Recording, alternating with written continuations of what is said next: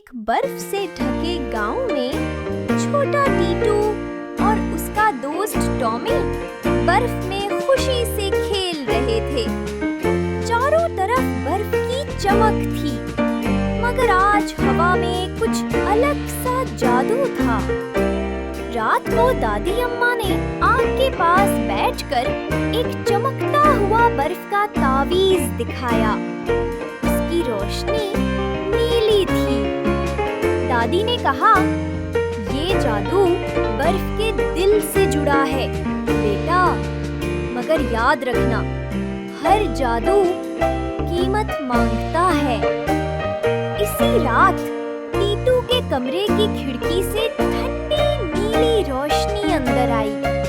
हवा के साथ एक सरगोशी गूंजी, टीटू मदद करो। टीटू ने खिड़की खोली। बाहर बर्फ का जंगल चमक रहा था। वो और टॉमी उस पुरस्कार आवाज के पीछे निकल पड़े।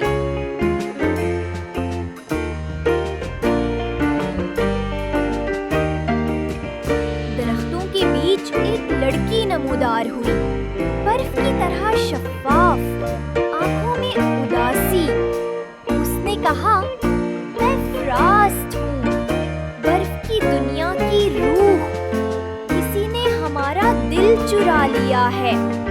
अगर तुम मदद ना करो तो ये दुनिया हमेशा के लिए जम जाएगी। टीटू ने एक पुल सोचा, फिर अपने सीने पर हाथ रखा। उसका दिल गर्म रोशनी से चमकने लगा। उसने कहा, अगर तुम्हारी दुनिया बर्फ में कैद है तो मैं अपनी रोशनी बांटूंगा। उसने हाथ आगे बढ़ाया। रोशनी और बर्फ आपस में टकराए। एक लम्हे के लिए सब कुछ सफेद हो गया। फिर अचानक बर्फ पिघलने लगी। फ्रॉस्ट की मुस्कुराहट लूट आई। फूल खिलने लगे और हवा में बहार की खुशबू फैल गई।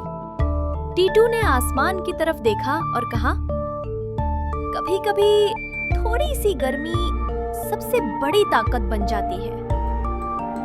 अगर आपको टीटू की ये जादुई कहानी पसंद आई हो तो बेबी कहानी को सब्सक्राइब करना मत भूलिए। अगली कहानी में मिलेंगे बर्फ का बदला।